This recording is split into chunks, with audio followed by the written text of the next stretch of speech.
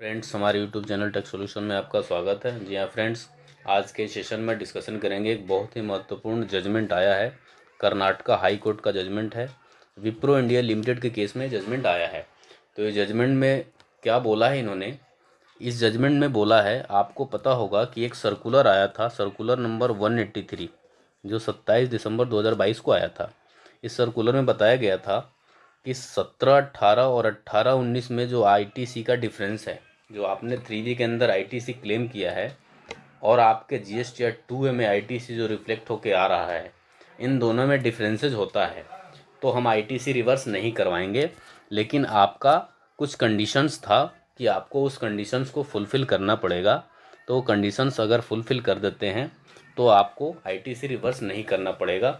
वो कंडीशंस कुछ इस प्रकार था कि आपको जस्टिफाई कराना पड़ेगा कि आपके पास गुड्स रिसीव हुआ है, आपने उस गुड्स के अगेंस्ट में जो आपके पास गुड्स आया है उसका पेमेंट 180 डेज़ के अंदर आपने पेमेंट कर दिया है, और आपका सप्लायर जो है गवर्नमेंट को टैक्स जमा कराया है, जो 3B रिटर्न प्रॉपर फाइल किया है। तो आपको कुछ ऐसी कंडीशंस फुलफ़िल करने को कहा गया था सर्कुलर 183 में। जो आप कंडीशन फुलफ़िल कर देते हैं तो 17, 18 और 18, 19 के लिए आपको आईटीसी रिवर्स करने की ज़रूरत नहीं है। तो इस वाले सर्कुलर के लिए हमारी आप पिछली वीडियो को रेफ़र कर सकते हैं, जिसमें पूरा एक एक पॉइंट को कवर किया गया है कि आपको क्या क्या कंडीशन दिए गए हैं, किन किन कंडीशन में आपको आईटीसी मिलेगा। तो हमारी पिछली वीडियो आप देख सकते हैं, उसमें आपको पूरा कंसेप्ट क्लियर हो जाएगा। तो आगे बढ़ते हैं। इन्होंने आगे बताया है, petitioner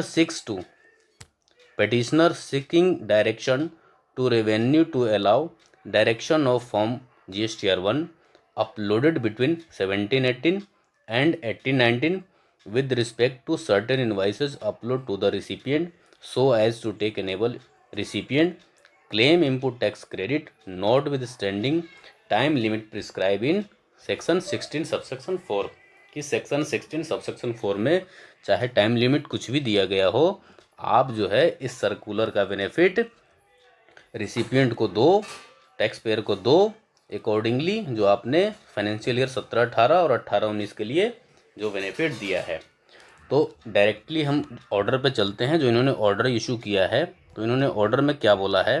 under this circumstances I am of the considered opinion that it would be just and proper to dispose of this petition, directing to the respondent revenue to follow the procedure prescribed in the circular and apply and said circular to the facts of the instant cases of the petitioner, respondent and the transaction for financial year 1718, 1819 and 1920। यहाँ पे बोला जा रहा है कि इस circular का circular number 183 जो आपने 17, 18, 18, 19 के लिए इशू किया है, तो सर्कुलर नंबर 183 को आप जो है एक्सटेंड करो फाइनेंशियल ईयर 19-20 के लिए भी, क्योंकि कुछ गलतियां टैक्स पेयर से फाइनेंशियल ईयर 19-20 में हुई है। तो आप इस सर्कुलर का बेनिफिट फाइनेंशियल ईयर 19-20 के लिए भी दो। It is also necessary to state that the circular refer only to the year 1718 and 1819 since there is identical error. कि आप जो कह रहे हो कि ये आइडेंटिकल एरर है, जिसके वजह से हम टैक्स पेयर को 17, 18 और 18, 19 के लिए रिलीफ दे रहे हैं।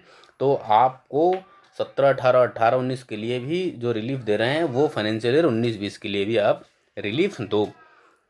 Committed by the petitioner not only in respect of assessment year 1718 and 1819 but also in relation to the assessment year 1920 also।